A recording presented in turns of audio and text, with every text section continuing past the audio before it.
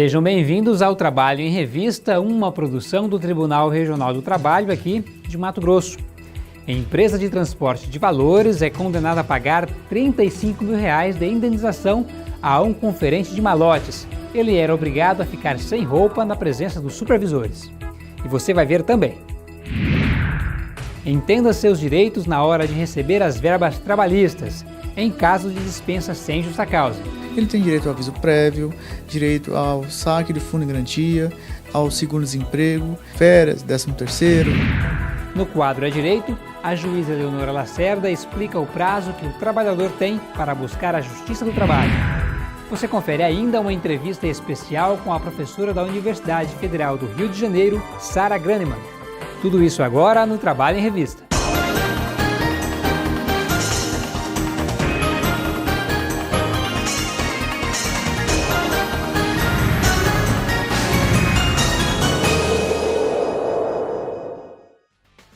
E um conferente de malotes de uma empresa de segurança e transportes de valores, que era obrigado a ficar nu na presença de seus supervisores e de um cachorro da raça Pitbull, durante a revista íntima, vai receber R$35 mil de indenização por danos morais.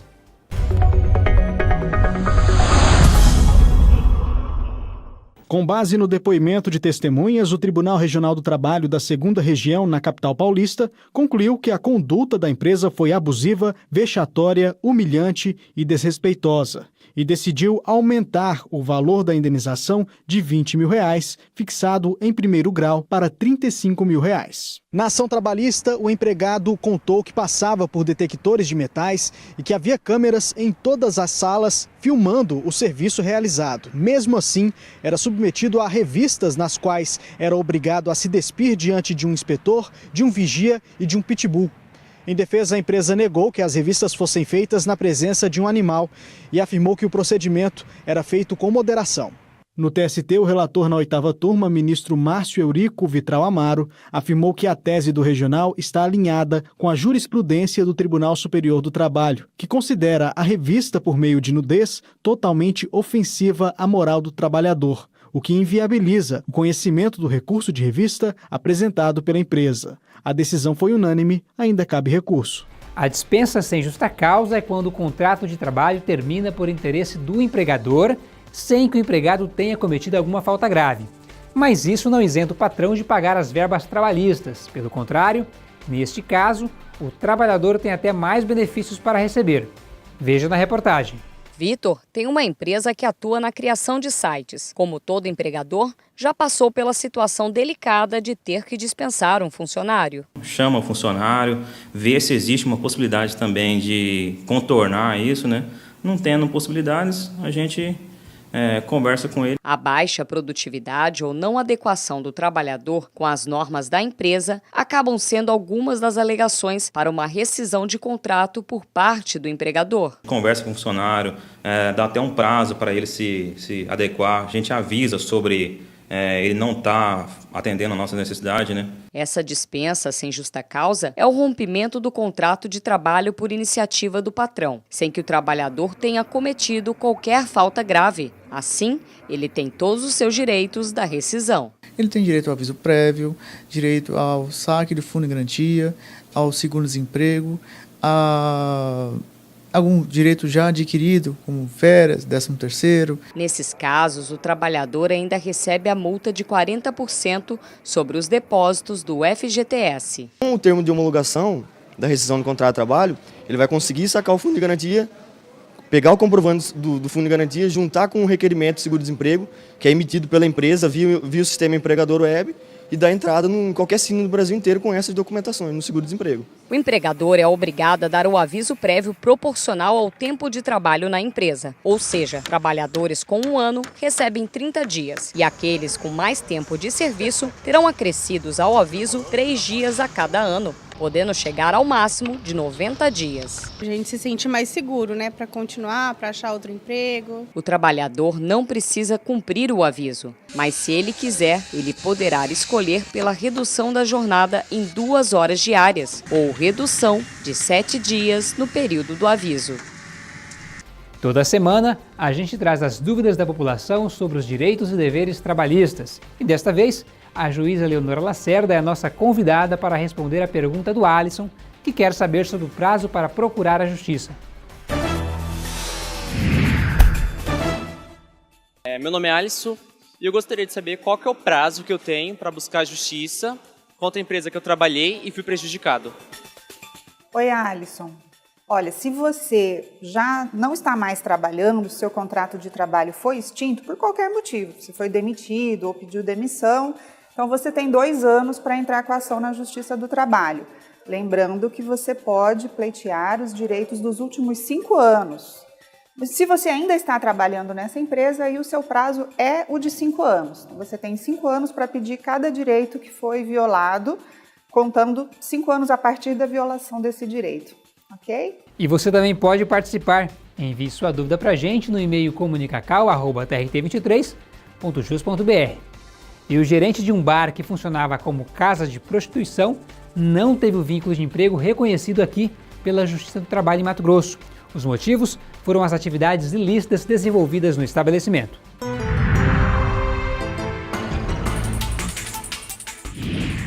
Procuradores do trabalho que precisam atuar em processos em cidades que não possuem unidades do Ministério Público do Trabalho contam desde maio deste ano com o sistema de videoconferência da Justiça do Trabalho mato-grossense.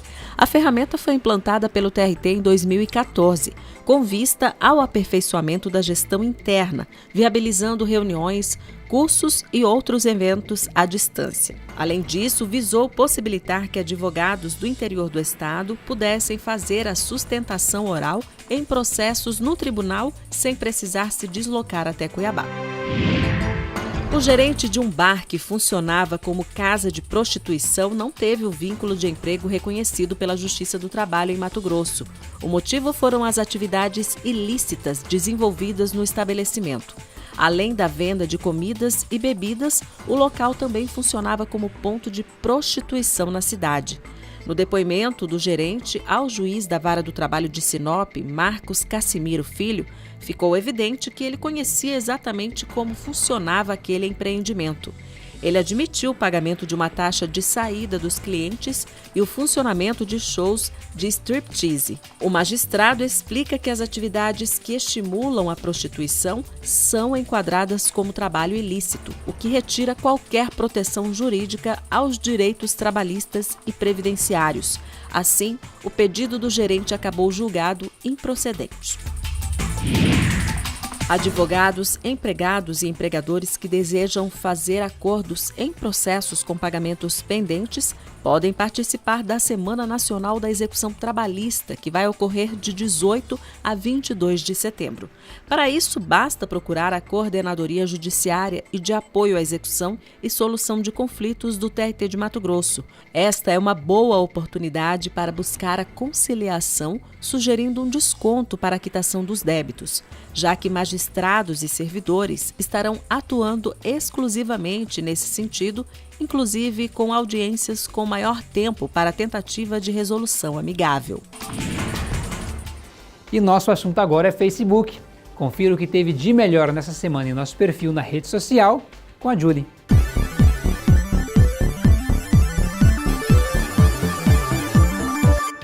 Olá, Zequias! Estamos de volta para falar do nosso Facebook, a página considerada queridinha por muitos internautas, porque aqui é que se aprende tudo sobre a justiça trabalhista. E como os nossos seguidores são exigentes e nós gostamos de contribuir, fizemos este quadro para tirar a dúvida de alguns internautas sobre a tão polêmica reforma trabalhista. Nós convidamos o juiz do trabalho, André Molina, para responder a estas perguntas. E olha só quanta dúvida ele tirou, da Anne Caroline, da Camila Sena, do Felipe Marques e tantos outros. Foram mais de 120 compartilhamentos e mais de 2.500 visualizações. E lembrando que este post está disponível para você aproveitar e tirar qualquer dúvida, ok? Então vamos para o próximo post, que fala de um assunto ainda mais sério e às vezes difícil de acreditar. Mas nós fizemos uma comparação para você ver como era a realidade em 1950 e como se imaginava que seria a realidade hoje. Naquela época, se imaginava que em 2017 teríamos inclusive carros voadores. Claro que avançamos muito de lá para cá, mas nem tanto quando o assunto é trabalho escravo. Dá uma olhada nas principais manchetes de jornais em pleno século XXI. Trabalhadores resgatados em condições análogas à escravidão. Ações, operações, condenações, tudo isso relacionado a uma dura realidade persistente em nosso país. Os últimos dados do IBGE de 2015 mostram que no Brasil, 1,5 milhão de pessoas estavam impedidas de deixar os empregos em que trabalhavam por possuírem algum tipo de dívida com seus empregadores, o que também caracteriza trabalho análogo ao de escravo. E o post rendeu mais de 130 reações dos seguidores e muitos comentários. O Osmar disse que conheceu um local com pessoas assim e quis saber onde denunciar. Se você também já viu situação parecida, pode denunciar o crime no Ministério Público do Trabalho ou na Superintendência Regional do Trabalho e Emprego aí da sua região. Então é isso. Para ficar bem informado, é só ficar conectado com a gente através do Facebook e do Instagram, onde você pode seguir a nossa página. Eu volto com você, Ezequias. Obrigado, Julie. Não saia daí que no próximo bloco você vai ver uma entrevista com a professora da Universidade Federal do Rio de Janeiro, Sara Graneman. Ela fala sobre como vai ficar a aposentadoria com a reforma da Previdência. Voltamos já.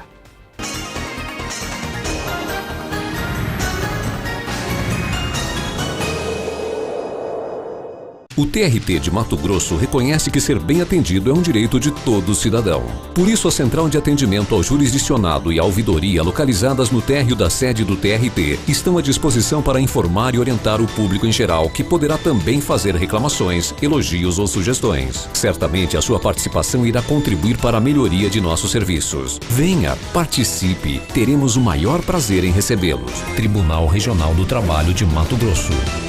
Um país se constrói com respeito às leis e trabalho, de empregadores que assumem os riscos do negócio e de empregados que emprestam sua mão de obra. A Justiça do Trabalho é o ramo do judiciário que julga os conflitos e concilia patrões e empregados. Seu papel é estabelecer a paz social, permitindo que o país cresça com dignidade e segurança. Defenda a Justiça do Trabalho. Ela é de todos os brasileiros. Todo processo trabalhista percorre etapas, mas nem sempre chega ao fim. Se o devedor não cumpre a decisão judicial, o processo entra na fase de execução. Mas e como garantir que as dívidas trabalhistas sejam pagas? A Semana Nacional da Execução Trabalhista é uma oportunidade para encerrar pendências na Justiça, porque todo processo precisa de um ponto final.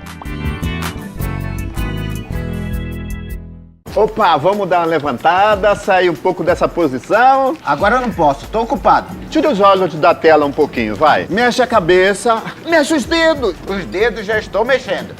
Não, olha, não pode ficar o tempo todo fazendo os trabalhos repetitivos. Imagina você ficar assim, sem dar uma pausa. Ai, travei!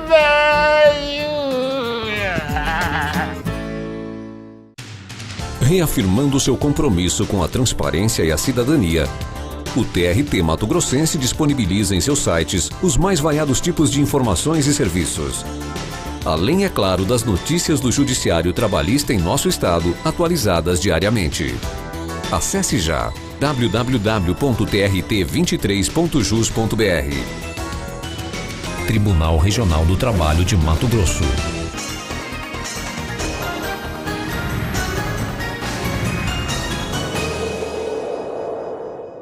Estamos de volta com o Trabalho em Revista. A mudança na aposentadoria que está em pauta no Congresso Nacional é o assunto da entrevista de hoje. E para falar sobre ele, a gente recebe uma estudiosa do tema, a professora da Universidade Federal do Rio de Janeiro, Sara Graneman. Professora, obrigada pela sua presença aqui. Antes da gente falar da Previdência, das mudanças, a senhora ela é conhecida como a reforma da Previdência e a senhora costuma chamá-la de contra-reforma. O que é a diferença de um e da outra? A contra-reforma é uma palavra, uma categoria, um conceito talvez, se a gente quiser dizer assim, que explica que o que está para acontecer é contrário aos trabalhadores e às trabalhadoras. Por quê? Porque o imaginário da reforma é sempre, na luta dos trabalhadores e na nossa vida em particular, quando reformamos algo, é sempre para apontar no sentido do melhoramento, não é? Então, meus filhos vão morar na minha casa, então vou fazer uma reforma para tornar mais confortável a casa. Vou fazer mais um quarto, vou fazer um banheirinho, como dizem as pessoas que moram nas comunidades.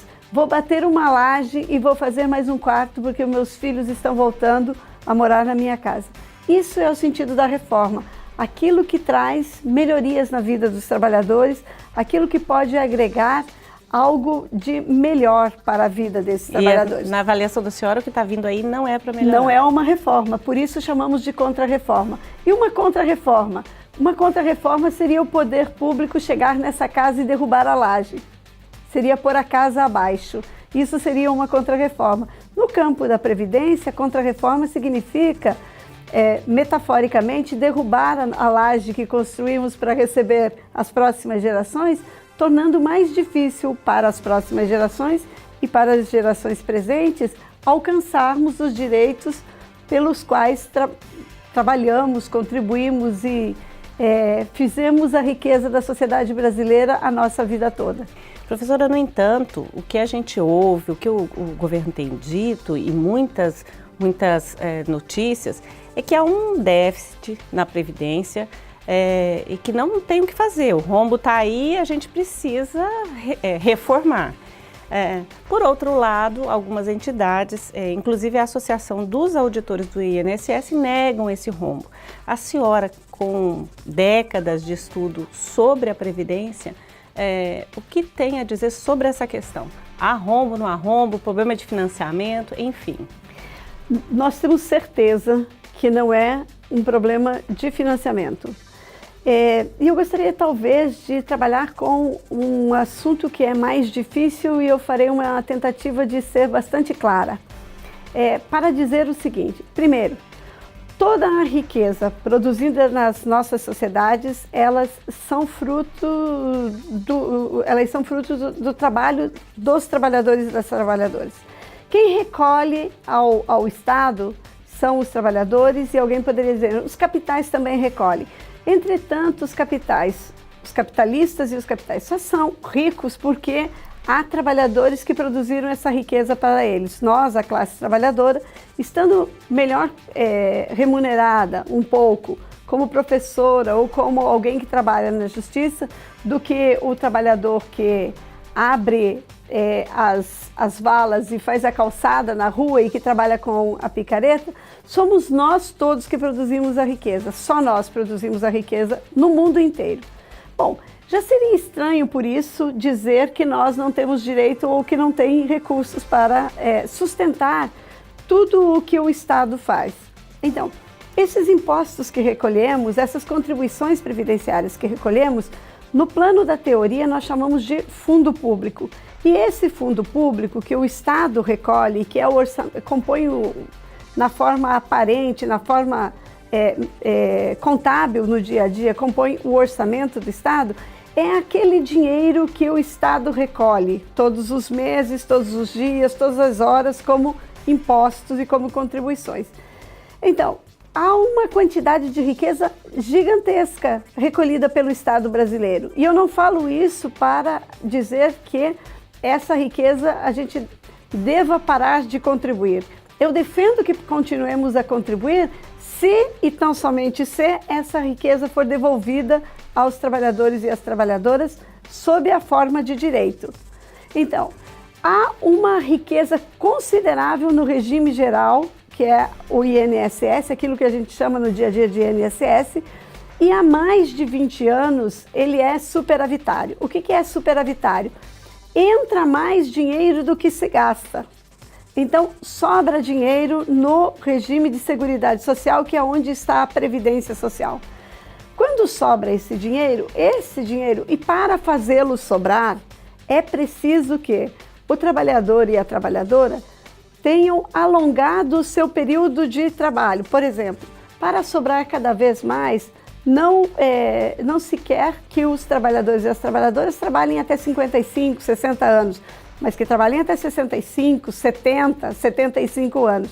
Então, para esse volume de dinheiro crescer, só tem uma mágica: reduzir os nossos direitos e fazer com que trabalhemos mais, contribuamos mais e demoremos mais tempo para acessar o direito. A senhora está me dizendo, não sei se isso está claro. Sim, mas a senhora está me dizendo, então, que ao contrário do que a gente tem ouvido aí, a questão não é, então, do envelhecimento da população brasileira, que está cada vez envelhecendo mais, então a gente precisa de mais recursos para pagar esses recém-aposentados. Então, a questão não é idade mínima, que é uma das questões que estão postas para se repensar, que o brasileiro está aposentando muito cedo. Inclusive uma frase que a gente ouve com bastante frequência, que diz assim: países muito mais ricos, né, países europeus, não conseguem, os trabalhadores têm que se aposentar muito mais tarde. Como é que nós, um país com dificuldades, estamos aposentando tão cedo? Então, a primeira questão é que o Brasil não é um país pobre. O Brasil tem, na sua formação, muita gente pobre, mas o Brasil é um país rico. E os capitalistas que têm os seus negócios nesse país é que ganham muito, né? Por isso há muita miséria e muita pobreza. Assim como não falta dinheiro, não é também verdadeiro o argumento de que nós estamos envelhecendo e que nós precisamos trabalhar mais, porque senão as aposentadorias quebrarão e deixarão de existir para todos. Também não é verdade, porque há uma outra questão importante que, para analisar se nós estamos nos aposentando cedo, nós temos que combinar essa ideia de tempo de contribuição com a produtividade do trabalho. Nós trabalhamos muito, nós temos jornadas de trabalho extensas e nós temos uma produtividade média importante. Quer dizer, o quanto que o trabalhador consegue produzir naquela uma hora. Naquela uma hora que o trabalhador produz a mesma mercadoria, ele produz quantas mercadorias aqui no Brasil, quantas ele produz na Alemanha, quantas ele produz na China, quantas ele produz nos Estados Unidos. Nunca entra esse elemento para discutir a idade. Por quê? Porque se entrar o elemento produtividade do trabalho junto com idade, aí sim que aqueles que querem a contra-reforma da Previdência não terão argumentos para justificá-lo. Então, para quem está nos assistindo e ouvindo, nós não temos quase nunca possibilidades de tempo e de exposição nos grandes veículos da mídia brasileira, nas grandes TVs, nos grandes jornais. Nós que contestamos essas contra-reformas, não temos possibilidade de divulgar. Mas não é para acreditar nisso, por quê? Porque se nós tomarmos, por exemplo, no Rio de Janeiro, a cidade onde eu moro, uma mulher trabalhadora pobre da favela de Acari e compararmos com um homem branco rico morador de um dos melhores bairros do Rio de Janeiro, no Alto Leblon, a diferença entre viver muito entre essas duas pessoas de carne e osso chega a ser de mais de 30 anos de idade. Por isso, se tem alguém vivendo muito, não é a classe trabalhadora que está recorrendo ao INSS. Professora, para a gente encerrar, você costuma falar que a principal característica dessa mudança, dessa reforma, ou contra-reforma, como a senhora diz, é criar uma rixa, é colocar em campos opostos as pessoas. Então, coloca o trabalhador jovem contra o idoso, o trabalhador urbano contra o rural, o servidor público contra o trabalhador seletista, e as mulheres contra os homens. Nós temos só 2 minutinhos, mas eu queria que a senhora falasse rapidinho sobre esses campos opostos. Relação. Muito bem.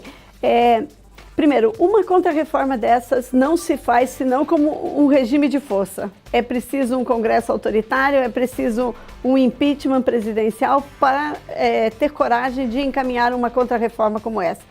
E para legitimar e para ganhar a adesão, o que os signatários dessa contra-reforma têm feito? Dizem ao jovem, se nós não fizermos essa contra-reforma, nós precisamos do seu apoio, porque os idosos são privilegiados, têm o que você não terá. diz para o homem o seguinte: os homens estão carregando as mulheres porque as mulheres se aposentam mais cedo. Diz ao trabalhador urbano: olha, o trabalhador rural não contribui e mesmo assim tem aposentadoria. O que esses argumentos têm por intenção fazer é nos colocar os iguais uns contra os outros, umas contra uns contra outros e por aí vai.